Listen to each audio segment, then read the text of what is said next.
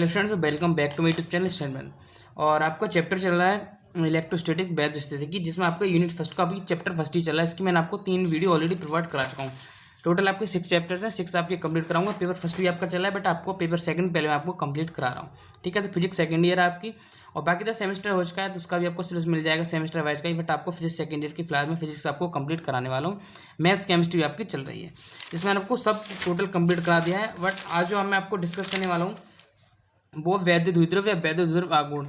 ठीक है, इससे पहले आपको बता दूं, अगर आपको नोट चाहिए तो आपको या तो टेलीग्राम ग्रुप पे ज्वाइन होना होगा, या आपको सीधा मुझे कॉन्टैक्ट करना है मेरे व्हाट्सएप नंबर पे, जिसका व्हाट्सएप नंबर है 9411009110। ठीक है, यहाँ पे आपको मुझे व्हाट्सएप मैसेज कर देना है। अब बात करूँ कि वैद्य द्विध्रुव या वैद्य द्विध्रुव आघूर्ण, तो इसकी पहले आपको डेफिनेशन समझनी होगी कि कैसे वैद्य द्विध्रुव क्या होता है। उसके बाद आपको समझना है कि वैद्य द्विध्रुव आघूर्ण क्या होता है। तो इंग्लिश में से बोलते हैं इलेक्ट्रिक डाइपोल, और वैद्य द्विध्रुव आघूर्ण के लिए बोलते हैं इलेक्ट्रिक डाइपोल मूवमेंट।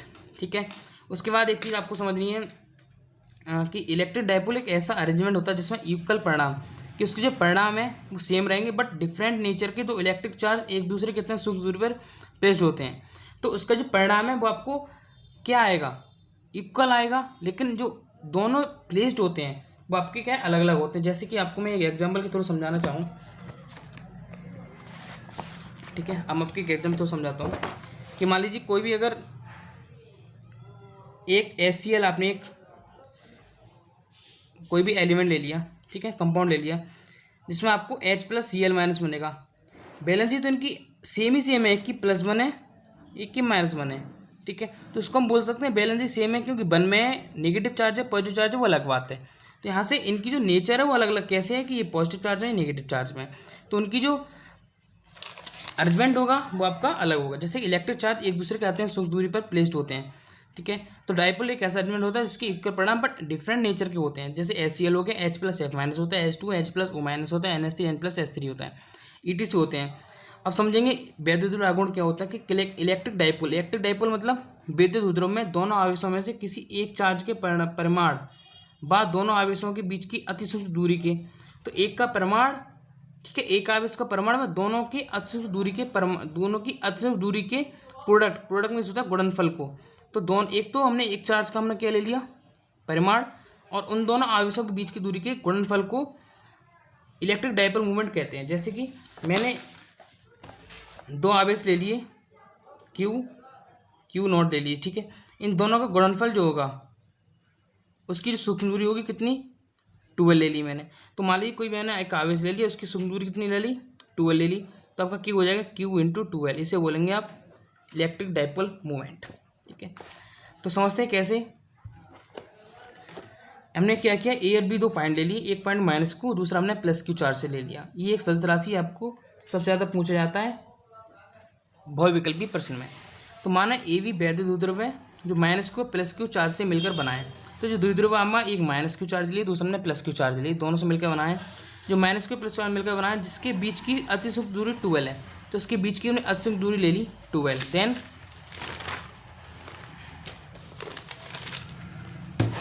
आपको वैद्युत द्विध्रुव आघूर्ण इलेक्ट्रिक डाइपोल मूवमेंट से इंग्लिश में बोलते हैं, क्योंकि इंग्लिश में भी आपको समझना ज़्यादा जरूरी है। क्यों जरूरी है, क्योंकि इंग्लिश में आगे जाके आप जो कोई भी अगर कोई भी कोर्स करते हैं आपको सबसे ज़्यादा इंग्लिश मिलने वाली है। तो electric charge into small distance, तो इलेक्ट्रिक चार्ज हमने कितना है Q ले लिया, और स्मॉल डिस्टेंस ले लिया हमने 12। ठीक है, तो यूनिट में मात्रक ऑफ P, आपका जो इलेक्ट्रिक डाइपोल मूवमेंट वैद्युत द्विध्रुव आघूर्ण का जो मात्रक होगा कूलम मीटर होता है। डायमेंशन ALT, क्योंकि कूलम की AL और कूलम में लेते हैं A में L में, और मीटर आपको L में, लेंथ मीटर होती है, AT आपका कूलम हो गया, तो इसको बोलते हैं ALT। अब आपका आता है इंपोर्टेंट टॉपिक निकल के, electric field intensity due to an electric dipole के वैद्युत द्विध्रुव के कारण वैद्युत क्षेत्र की तीव्रता। ये आपका मोस्ट इंपोर्टेंट है, जो कि आपने 12th में ही पढ़ा था, वहाँ भी आपका मोस्ट इंपोर्टेंट था, जिसमें आपने पढ़ी थी अक्षीय और निरक्षीय 2 स्थिति आपने पढ़ी थी। भाई आपको इसमें पढ़नी, बट इस वीडियो में आपको ओनली अक्षीय स्थिति पढ़ाऊंगा, और अगली वीडियो में आपको निरक्षीय स्थिति मिलेगी। ठीक है, तो देखो पहले फिगर समझो, उसके बाद मैं आपको पूरा कॉपी पे करवाऊंगा। ठीक है, आप समझिए, टेंशन मत लीजिए कि आपको किसी भी समझाएंगे, बट आपको मैं पूरा समझाने वाला हूँ। ठीक है, कि एट एनी एक्सियल पॉइंट या अनजर स्थिति। ठीक है, तो हमने क्या किया है, एक्सियल पॉइंट अक्षीय स्थिति में लेना है। तो अक्षीय स्थिति का मतलब हो गया कि इधर उधर नहीं, सीधी अक्ष की दिशा में, जिधर को हमारी अक्ष है उसी एक्सियल पोजीशन में। तो मैंने क्या किया, फिगर समझाता हूँ आपको। ठीक है, फिगर यहाँ से समझिए आप। हमने ए बी 2 पॉइंट ले लिए, ठीक है। मैंने क्या किया, ए बी, आपको रफली इस कॉपी में समझा दे रहा हूँ। ए बी मैंने 2 पॉइंट ले लिए, ए बी पॉइंट से कुछ दूरी पे एक पॉइंट पी ले लिया है, ठीक है। कुछ दूरी पे एक पॉइंट मैं ले लिया पी, और वहाँ से एक पॉइंट E1 ले लिया, एक पॉइंट ले लिया E2। अब आप समझेंगे E2 और E1 पॉइंट का है, ये आपकी तीव्रता है, ठीक है। जैसे कि यहाँ पे एक पॉइंट O मान लिया मैंने, और ए से बी की दूरी कितनी मान ली, 12 ले ली।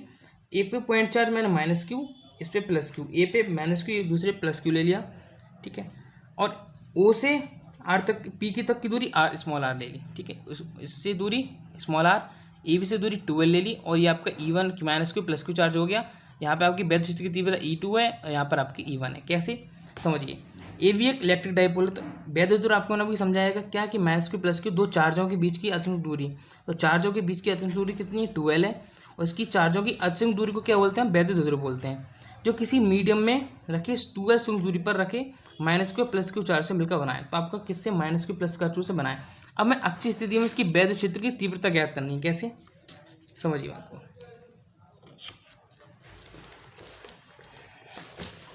कि मीडियम का electric constant, dielectric constant क्या होता है, इसका वैद्युत पूरा पैरावैद्युतांक निकालते हैं, वो आपका कितना है, परावैद्युतांक के है, जो कि आपको फर्स्ट वीडियो में समझा चुका हूँ अच्छे से।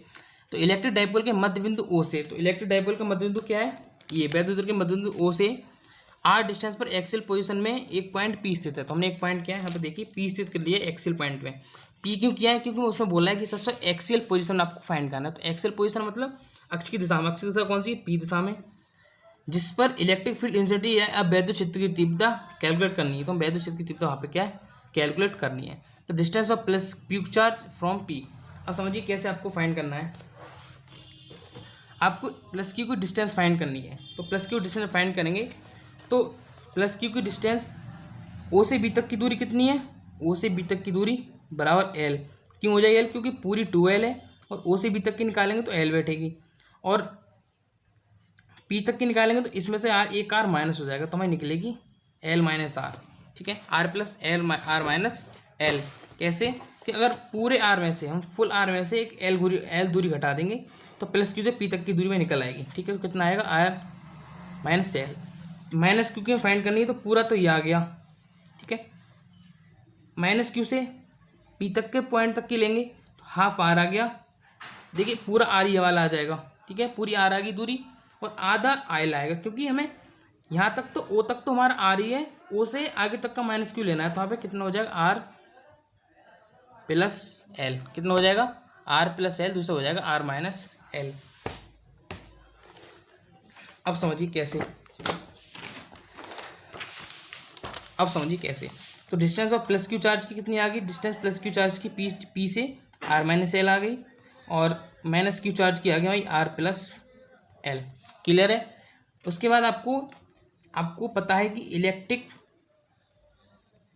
इंटेंसिटी क्या होती है, इलेक्ट्रिक फील्ड इंटेंसिटी। आपको रफली थोड़ा समझा रहा हूँ, आपको फुल तो PDF मिल जाएगी। क्या होता है, E = 1/4πε0K × Q/r², जो कि मैं आपको पढ़ा चुका हूँ ऑलरेडी। उसके बाद आपको निकालना है electric field due to +Q charge, तो वैद्युत क्षेत्र की तीव्रता +Q के कारण, तो लिखेंगे वैद्युत क्षेत्र की तीव्रता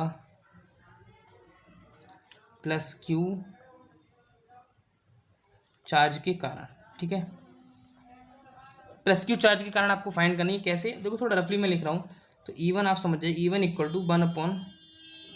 1/4πε0K × Q/R - L, क्योंकि उसकी दूरी है वो कितनी है, R - L। यहाँ पे आपका R², बट R की जगह R - L क्यों करना है, क्योंकि वहाँ की जो हमने फिगर के अनुसार दूरी है वो आपकी R - L है। इसको एक क्वेश्चन मान लिया फर्स्ट। दूसरा हमारा इलेक्ट्रिक फील्ड वैद्युत क्षेत्र की तीव्रता, लिखेंगे वैद्युत क्षेत्र की तीव्रता -Q चार्ज के कारण, ठीक है।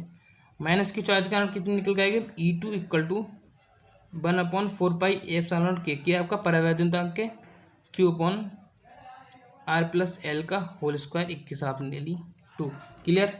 आपको पता है कि resultant field at point, resultant field का मतलब वो कहता है जो रिजल्टेंट क्षेत्र हमारा होगा पॉइंट P पे, तो कितना होगा, लिखेंगे इंग्लिश में लिख देंगे नाउ,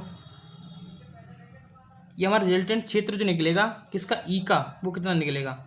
तो उसमें से क्या करेंगे, रिजल्टेंट किसी चीज़ का रिजल्ट फाइंड करने के लिए, जैसे मान लो 400 में से हमारे 30 नंबर आए तो इससे इसको भाग दे देंगे जब हमें नंबर फाइंड करने होंगे, तब इंटू 100 करके। बट जब किसी का हमें दोनों में अगर भेदभाव निकालना है तो हमारे उसमें माइनस करना पड़ेगा पहले में से, ठीक है। कैसे? Electric field at point P पर, तो ई बराबर आ जाएगा E1 माइनस E2। तो ई में से E2 माइनस करेंगे तो ई की वैल्यू, E1 की value 1/4πε0k into Q upon R minus L का whole square minus 1/4πε0k into Q upon R plus L का होल स्क्वायर, ठीक है। तो ई इक्वल टू, यहाँ से मैंने 1/4πε0k इंटू क्यू पूरे में से कॉमन ले लिया, अंदर आपको बचा 1/r माइनस एल का whole square minus 1/r plus L का होल स्क्वायर। क्लियर है? इतनी चीज़ आपको समझ आ गई, क्योंकि मैंने इतना 1/4πε0 कॉमन आ गया, क्यू कॉमन आ गया। देन आपको E equal to 1/4πε0k into Q, यहाँ आपका हमें सॉल्व कर लेना, तो आर प्लस के whole square minus r minus L का होल स्क्वायर अपॉन, देखिए ए माइनस बी का whole square a plus b का होल स्क्वायर, तो आपको पता है r square minus L square बनता है, तो लिख लूँगा r square minus L square का होल स्क्वायर। क्लियर है? तो E equal to 1/4πε0k into q, r plus L का होल स्क्वायर के लिए r square plus L square plus 2RL minus r square, plus होता है बट माइनस हो जाएगा माइनस, और यहाँ पे आपका माइनस 2LR आता है, ए माइनस बी का होल स्क्वायर ओपन कर रहे हैं तो माइनस 2LR आता है, तो आपको हो जाएगा plus 2LR upon are square minus L square का whole square. E equal to 1/4πε0k into Q, यहाँ से मैंने आर स्क्वायर एल स्क्वायर कर दिया कैंसिल, अंदर आपका बचा 4LR upon are square minus L square का होल स्क्वायर। एक चीज़ समझिए, अगर मैं मानूँ इलेक्ट्रिक डाइपोल मूवमेंट क्या होता है, P equal to q into 2L होता है, और आर स्क्वायर की वैल्यू अगर बड़ी हो एल स्क्वायर से, तब हमारा जो एल स्क्वायर है वो क्या हो जाएगा, नेग्लिजिबल था, उसको हम क्या मान लेंगे, नेग्लिजिबल मान लेंगे। देन आपका जब इसको नेग्लिजिबल मान लेंगे तो ई बराबर 1/4πε0k इंटू क्यू, 4LR को मैंने मान लिया 2 इंटू 2LR, ठीक है। 4LR को 2 इंटू 2LR लिख सकते हैं, क्योंकि 2 इंटू 2 मल्टीप्लाई करेंगे 4LR आ जाएगा आपका, और यहाँ बचेगा आर स्क्वायर का होल स्क्वायर। तो P की वैल्यू यहाँ पे, अब P बराबर क्यू इंटू 2L होता है, तो Q इंटू 2L, ठीक है। Q इंटू 2L बराबर कितना आ जाएगा, E बराबर 1/4πε0k into Q into 2L P 2PR upon R4 हो जाएगा ये, ठीक है। यहाँ से R की वैल्यू कार कैंसिल हो जाएगी, तो E की वैल्यू निकल के आ गई 1/4πε0k into 2P upon RQ, ठीक है। यहाँ पे आपका इतना निकल के आ गया, आपको लॉन्ग क्वेश्चन में आ गया, यहाँ तो आपको फाइंड करना है। उसके बाद ठीक है, यहाँ तक मैंने आपको करा दिया, पूरा आपको PDF मिल जाएगा, बिल्कुल निश्चिंत रहिए। तो यदि माध्यम वायु या निर्वात हो, अगर माध्यम को वायु या निर्वात मान के चलें, देन आपको के की जो प्रावैधुतांक हमने माना है, विद्युत प्रावैधुतांक जो मानना है, हमको के की वैल्यू 1 रखनी होगी। तो E equal to 1/4πε0 2P upon RQ की हमारा हट गया, तो इसको लिख देंगे, ये इलेक्ट्रिक डाइपोल मतलब वैद्युत ध्रुव के कारण किसी एक्सियल पॉइंट अक्षीय स्थिति के लिए अर्थात लॉन्गिट्यूडनल अनुदैर्ध्य कंडीशन में इलेक्ट्रिक फील्ड के लिए एक्सप्रेशन मतलब कि सूत्र, कुछ चीज़ आप इंग्लिश में भी सीखना शुरू करिए। तो आपसे रिक्वेस्ट है, चैनल को अगर आपको समझ में आया तो चैनल को प्लीज़ सब्सक्राइब कर दें, वीडियो को शेयर कर दें, क्योंकि BSc के फुल इंपोर्टेंट नोट्स PDF यहाँ पे आपको मिलती हैं।